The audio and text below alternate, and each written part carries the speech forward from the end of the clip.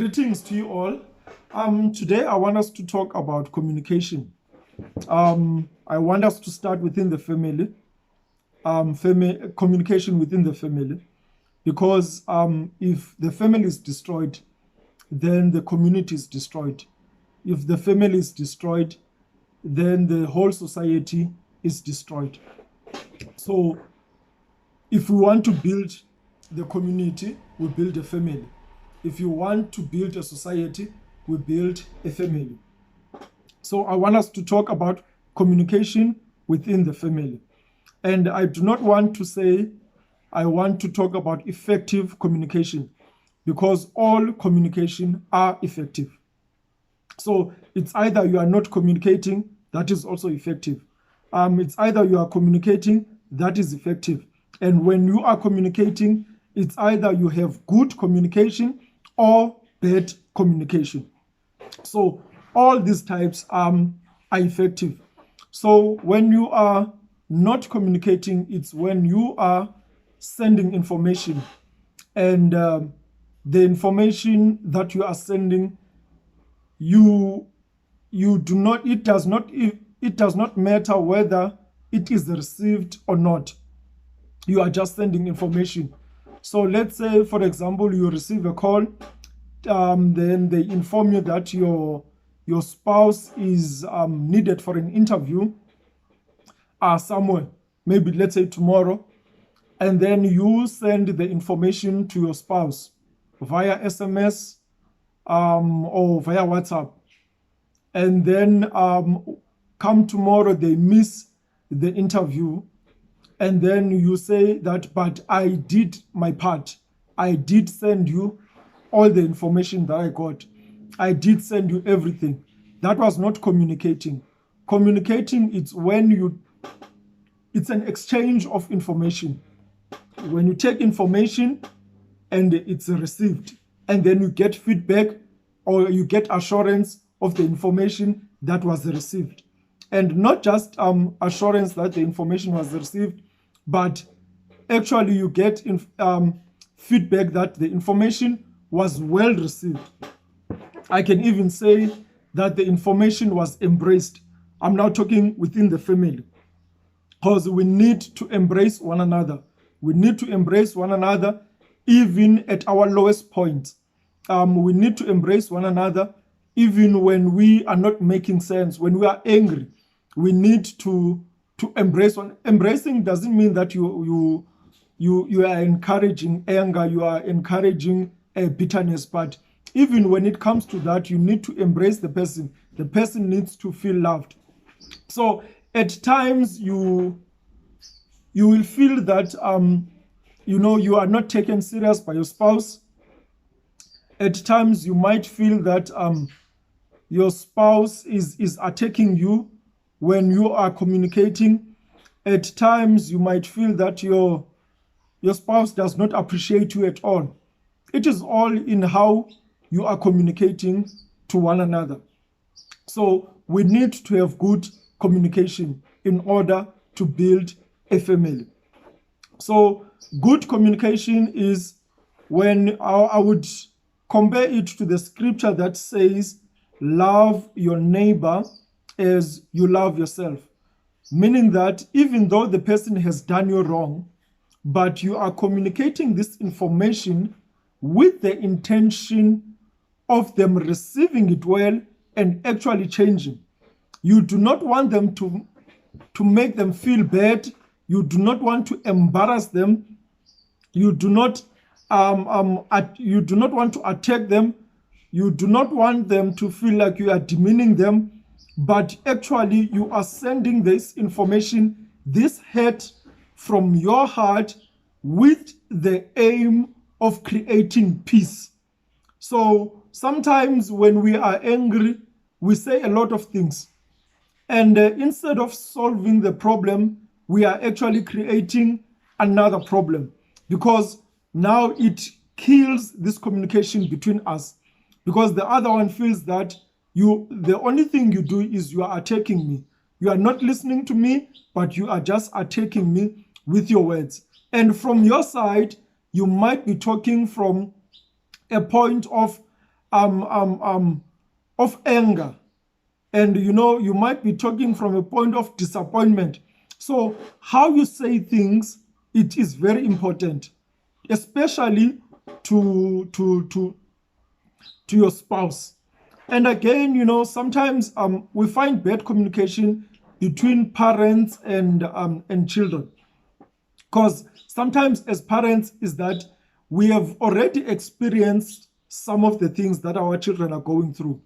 And when we tell them, we'll tell them from a point of experience, and we want them to understand from that point.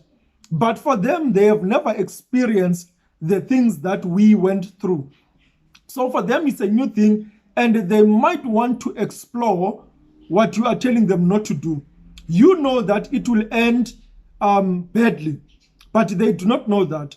So you need to create an environment whereby they are able to receive you, to embrace what you are saying, and then from there, take it from there. Because if they take it from a point that they are well received, then it's easier for them to say, okay, I understand why I should not do it, and I will not do it.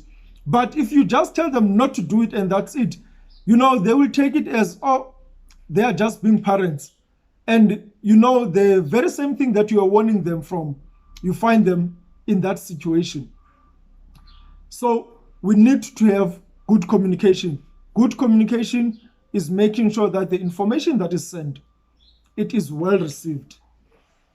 I give it in a form that it is able to be embraced. And I give it with good intentions so that we can change for the better. Now let's go to tips for communication. And I would like you to do this practical. If you are experiencing bad communication between you and your spouse, I would like you to do these things. Just try them out. So let's go to number one. So number one will be one person at a time.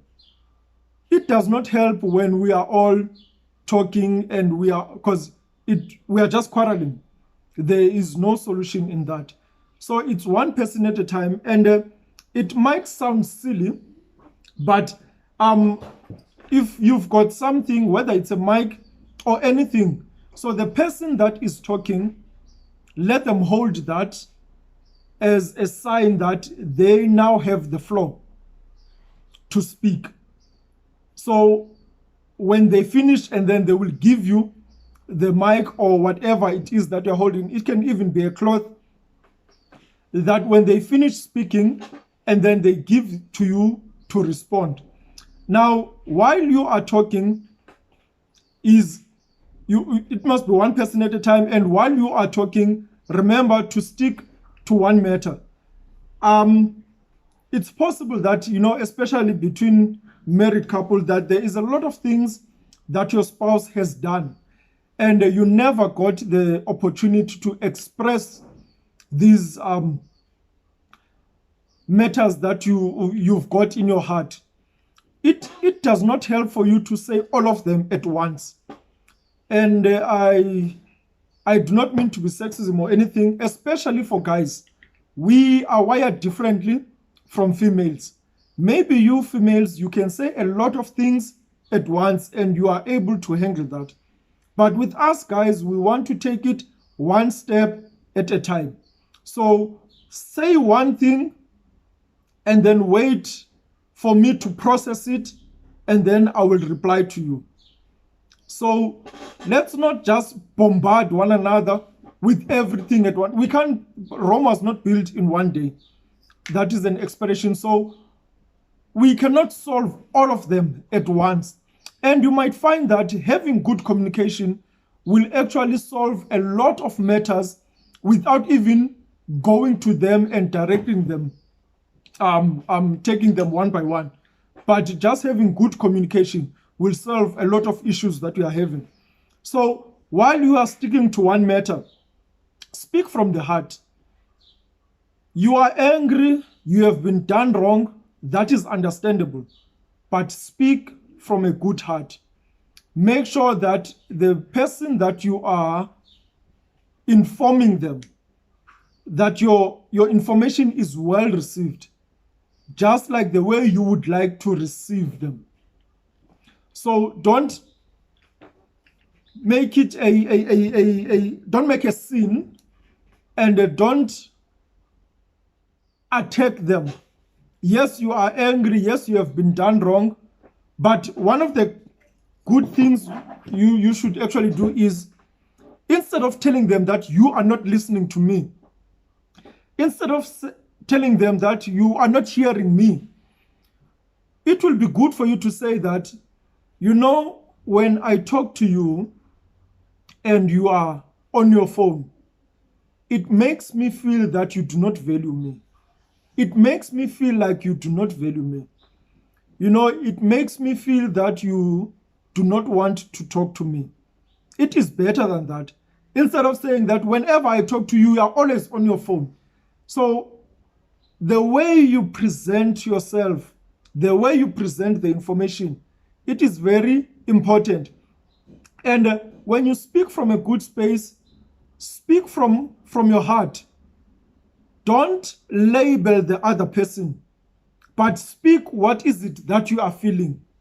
Say that, you know, when I talk to you and you just walk away, I feel not appreciated. I feel that you do not love me. I feel that I am not welcomed. You say it like that. Don't just say that I do not want to talk to you because whenever I talk to you, you just walk away. You see, so say it from a good heart. Number 4, while you are saying things from a good heart, be specific. Make sure that you stick to one matter and be specific. Don't beat around the bush. Be specific. Now, when we say be specific, we can get confused easily, because one would say that I'm a straight talker. But sometimes it's not really about you being a straight talker. You are just being aggressive to the other person. You are just being hostile to the other person.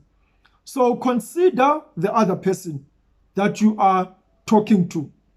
And remember, this is the person that you love. This is the person that you want to build. This is the person that you are living with. So you want them to feel good, even though they have done good. You want them to feel good to change, even though they have done wrong. So be specific and be direct to the point. Solve one matter at a time. Say your problem, and then number 5 is allow your partner to respond. So that was from the person that is giving the information. One matter at a time, one person speaking. One matter at a time, speak from a good space, be specific and direct to the point, and then allow your partner to respond.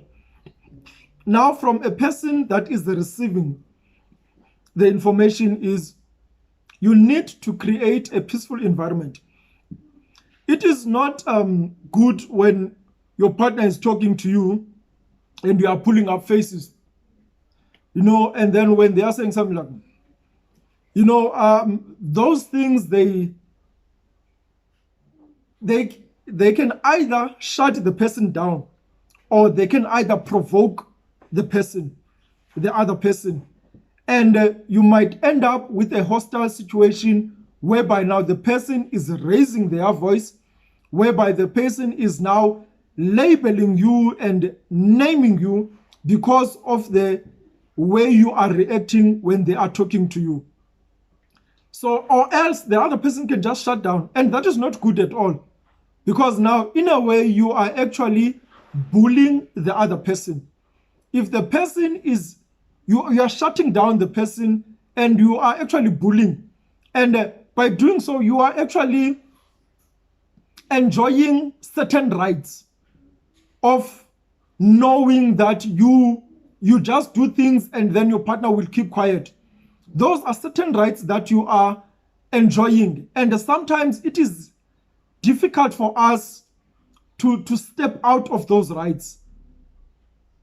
shall I call them rights? It's not even rights, but you are enjoying bullying the other person. So that is bullying, and that is actually abuse. You are actually abusing the other person because you know that they will shut down. And it feels like whatever they were saying did not matter because they kept quiet. But it is because you are not receiving them. It is because you are not embracing them while they are sharing sensitive information with you. It is not easy to come to your partner and open up. It takes time, it takes practice. So let's allow our partners, our children, to open up to us. So number 2 is listen with understanding. Listening with understanding, it's embracing their information and actually receiving the information. Listening with understanding is not listening to answer. It's actually listening, putting yourself in their shoes. Even though what they are saying to you, it seems like they are just nagging. But put yourself in their shoes and actually understand what is it that they are trying to say and where exactly are they coming from. So listening with understanding. And then before you respond, that is number 3, before you respond,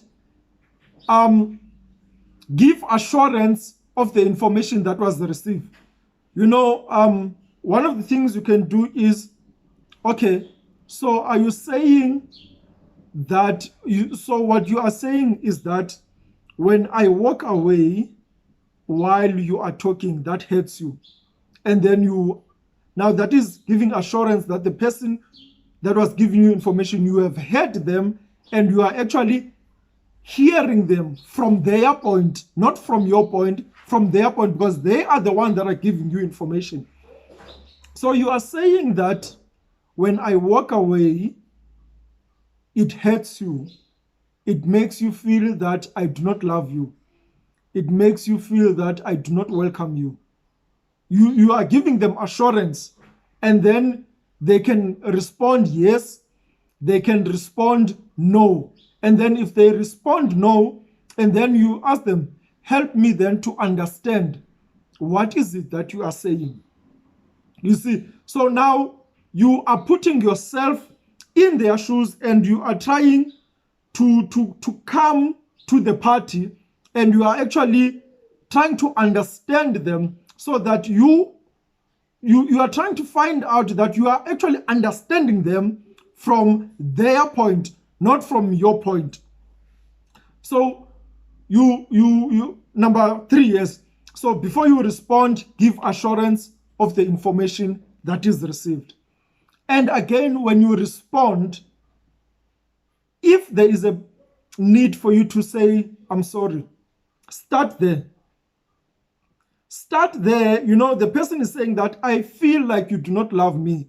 I feel like I'm not received. Start there saying that I am sorry to make you feel that you are not received. Okay, let me just go back to the person that giving information. You know, when from point number 3, when you say you speak from a good space, when you are doing that, you are actually allowing your partner to respond to what you are saying. If you say that I feel like you do not receive me, you are giving them the platform to explain to you what is it that they are doing. And if they do not want to explain, if it just needs for them to apologize, you are actually giving them the platform to apologize. Unlike you labeling them that you do not listen. When you do that, you are also blocking them from responding to you. So now let's go back to the person that is receiving, that is going to respond. So when you respond, you start from that point saying that I am sorry that I made you to feel not welcomed. Now you explain to the partner why you walk away. It could be that the reason that I walk away when we are talking, it is because I feel that you are not talking to me, but you are talking at me. I feel the way you say your head, it makes me feel like that you are attacking me. It makes me feel that I am the cause, or I did this, I did wrong things to you. You know, sometimes we are stressed at work, and it is minor things that provokes us. So from the receiving end, when I'm provoked, when you are provoked and you are telling me things, I feel that that was not necessary for you to act like that. And sometimes I would walk away from that situation. But by me walking away, it makes you feel that I'm not receiving you. So now it is your chance to explain that the reason that I walk away is, one, I do not want to cause a sin, because I feel that what you are talking about, it's not a matter that needed you to be in that situation. I feel like you took things out of proportion. I feel like you were shouting at me, and I felt that the matter that you were shouting me for did not need you to be in that position. And now you see you are actually responding to the other person. Now remember, this thing might sound very silly, but if you have the mic, or if you have whatever it is that you are holding, it gives you ample time for you to respond. It gives you ample time for you to say your statement. But as much as you are saying your statement, be direct to the point. And even in your response, don't include a lot of issues. Respond to that, what they told you. If it was a matter of you on a Thursday night walking away while I was talking, respond to Thursday night. And then Wednesday morning will be responded to when Wednesday morning is brought up. So let's solve one matter at a time. Sometimes it can be overwhelming. And as I said, especially for guys, it can be overwhelming. And also, create a space for you guys to talk. You know, I once said to my wife that when we were talking about this, I said, a good space for us to talk, it's actually when we are driving, either driving to work. We like traveling, so long distance for us, we actually talk a lot of things. But then again, I realized that I was wrong, because sometimes when you are going to work, you're also listening to the radio. And while she is speaking, I'll be also interested in what they are saying to the radio. And sometimes while she is speaking, I would actually turn the volume up. So that also may discourage her to talk to me. So find a space whereby there is no interference. There is no outside interference, so that you can communicate properly. So things to remember is all of this will cost you willingness. Some of the things, they are very silly to do, but when you do them, the rewards are very good. They yield great fruits. Just small things that seems silly, but actually the results that you get from them, they are very good. It is the same thing as, it is the small things that we do that will make our partners not feel welcomed. It is the small things that we do that will make our children not to talk to us. It is the small things that we do that will give an impression to our parents that we are stubborn children. So small things matters. So one of the things I would advise you on is create an environment. If it's you and your spouse, create an environment where there is no interference, even from your children. If it's you and the family, normally it is said that the good time to speak, it is in the dinner table. But sometimes I might just be too hungry to speak. I just want to eat. So have those moments as a family whereby you talk to one another. I remember there was this other time, I can't remember where I was, but we had a ball. So we would stand in a circle and then we bounce the ball, and then whoever catches the ball, it is their chance to say what is on their heart about the family. So you speak, and then if what you are saying is directed to a particular person, and then that person is given a chance to respond. And then when you have said your say, then you bounce the ball again, and then it goes to someone else, and then it is their chance to have their say. So I do encourage us as a family. Let's do these things. We are living in times whereby we either offend or we are offended. Everything we do, it's about being offended, and when we offend, we are living in a society whereby it's my way or the highway.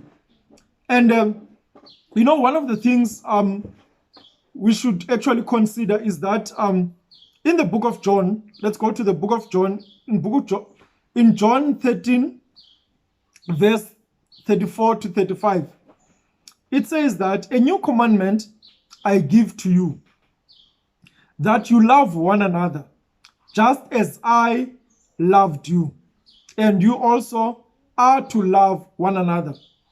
By this, all people will know that you are my disciples. This is Jesus Christ talking to his disciples. He says that in verse 35, by this all people will know that you are my disciples, if you love one another. So in a space that we live in a time that we live in, because we are so offended, sometimes we feel that it is better to love God and not love your fellow neighbor. It is better for us to direct things to God than matters that needs to be directed to your spouse, to your family. We tend to take our love and we want to direct it to God simply because we feel that we are not loved or we are not appreciated by our neighbors. And that is the wrong way of doing it. I'm not saying that that's not love God, but here it says that how will we know that these are the disciples of God? It is by the way they love one another, not how the way they love God. Because in them loving one another, it demonstrates the love of God in them. So sometimes we take the easier route because we are facing situations. We are living in a time whereby it is very difficult to express ourselves because we fear the response that we are going to get. And that has crept in even inside the family. We are now people that are existing together in a marriage instead of actually being one in a marriage.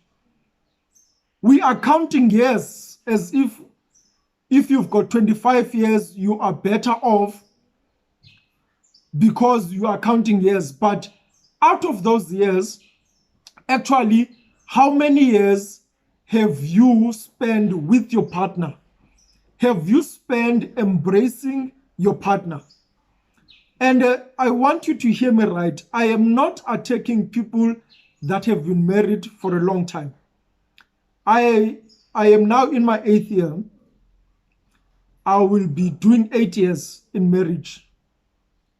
And in that 8 years, I want to say that out of that 8 years, most of the time, I have spent married to my wife, not just existing, not coexisting. Because it also, I do not want to count the years, but I want to count the time that I've spent with my wife. I want to count the good times. I want to count the times we're able to solve our disagreement. I want to count the times where we're able to agree. So that's what marriage is all about. It is not just the number of years, but it is how you relate to one another. It is not just existing, but it is how you love one another. And in the times that we live in, it is very difficult to say that, because you know that you will be judged. You know that you will be attacked. You know that they will use the very same words that you have said to point out your faults in your marriage. But in an actual fact, that is the very same thing that is destroying the family. It is that fear. We live in fear. We live in a place whereby fear is isolating us. We live in a space that it is a taboo for a married couple to go for counseling. It feels like you've got problems that you cannot handle. One of the things I always say to people that I've counseled, and I always say that there is no situation that is above the two of you, because this is your marriage. So all the problems that are within your marriage, you are able to solve them, the two of you. Now, that does not mean that they must not go and look for help. Help is needed, but it will take the two of you to solve your marriage. It will take the two of you to solve the issues that you are having. Just as much maybe you did not realize, but it took the two of you to have the problems that you are having in your marriage. The same thing with the family. There is nothing that is above your family. It will take you and your family to solve the problem. Just as much it took all of you to have the issues that you are having. You might be thinking that some of the problems that you are having, it is not brought to you by you. It is brought by external members. One of the things I always say, that advice is advice when it is given. But when you take that advice and you apply it in your situation, it is no longer advice, but it is your action. You can say this in two ways, in a good way and in a bad way. Let's say that you are advised by friends to do something in your marriage and it does not work. You cannot blame your friends, and your partner cannot blame your friends. It is not your friends that brought the issue into your marriage. It is you. You took the advice and you made it your action and you brought it into your marriage. And now it will take the two of you to solve that issue that is before you. And again, the same way, in a good way, if you take advice that is external and you bring it into your marriage, and this one maybe it doesn't matter, but if you take good advice from outside and you bring it in your family, it is not the good advice from outside. It is your action, because you took the advice and you acted upon it. And that is why it is now working within your marriage. And that is why it is now working within your family. It is because you took action on that advice. And as I'm saying to you, that some of the things I said here, they might sound silly. They might be small, but if you actually take them and you apply them into your marriage, don't come back and say, it was that Pastor Silo, and it was Usiyabonga Silo that told me this. No, it is you. It is your willingness. It is your action. I'm not excluding myself, but I want you to understand that your marriage, it is built by the two of you. And your marriage, it will be destroyed by the two of you. You have the power and you have the ability to block every other source that comes into your marriage. You have that power. You and your partner. You have that ability to block. And you've got that ability to allow the external source into your marriage. So at the end of the day, it is you and your partner that makes the marriage. It is you and your partner that destroys the marriage. Whether the information came from outside, whether the information came from within.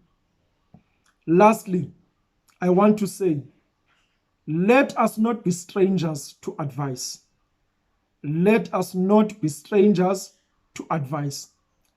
Stop saying, it is my marriage, it is my way. Get the advice, but remember, there is good advice, there is bad advice. Do not be a stranger to counseling. But also remember, there are good counselors, there are bad counselors. There are counselors that you go to them, they will tell you the first thing you should do is get out of that marriage. But they are good. There are also counselors that will say stay, but they actually do not give you how to stay. And at the end of the day, you see that by staying, it was actually a wrong choice. But what I'm saying is that give your marriage a chance. Give your marriage a chance, especially to our Christian community. This is destroying our community. This is destroying who we are. This is destroying our value system as Christian. Because one of our value system, it is to love one another. And in order for us to love one another, it must start within the family. If I love my wife and I love my children, automatically I have taught my child how to love. And I have also taught my child how to respect. If I respect my wife and I respect them, automatically I have done that.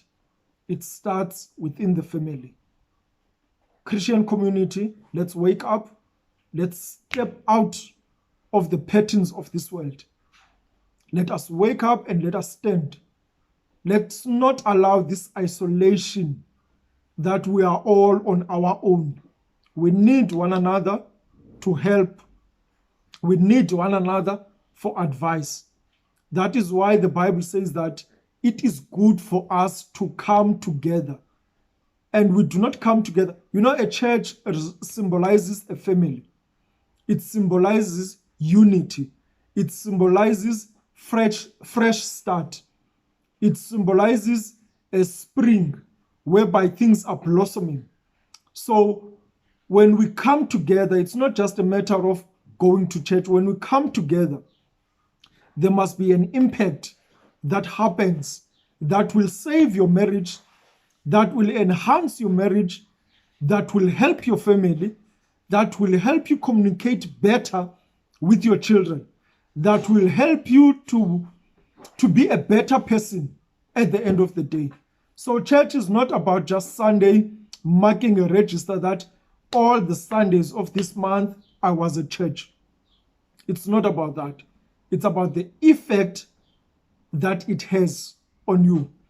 And once you start appreciating the effect, it is when you will start seeing the value of church. Hallelujah. I think on my next video, I'll be talking about the value of Christianity, the value of church, the value of a family life, because that's what church is. It's a family life. Be blessed. Let us love one another. Let us not be strangers to counseling. If you need assistance, if you feel that you need assistance, I am here. I can talk to you. I can talk to your to you as a couple. It's always better for you to come as a couple, and let us solve these problems. I am not 100% good. I am not perfect. I am still arguing with my wife. There are things that I still do not understand about her. There are still things that she does not understand about me. But let us not always look at the bad things. Let us also allow ourselves to be the children of God. Let us help one another.